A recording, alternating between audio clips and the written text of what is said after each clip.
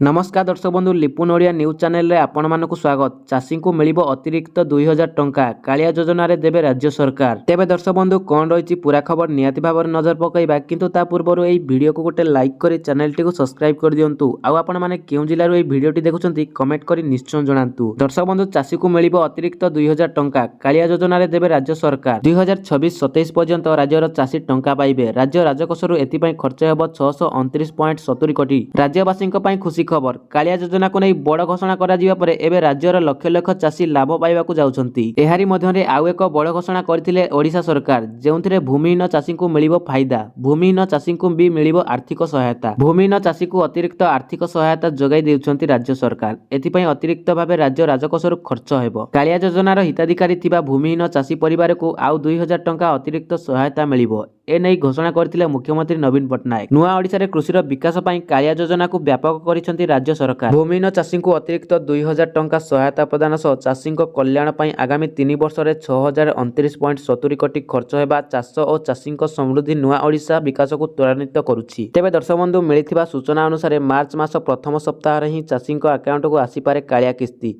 केवल सेतिकी नुहे, कालिया सहायता राशि को आहुरी 3 वर्ष बढ़ाइचंती राज्य सरकार। यह हेले 2026-27 पर्यंत राज्यर चाषी टंका पाइबे।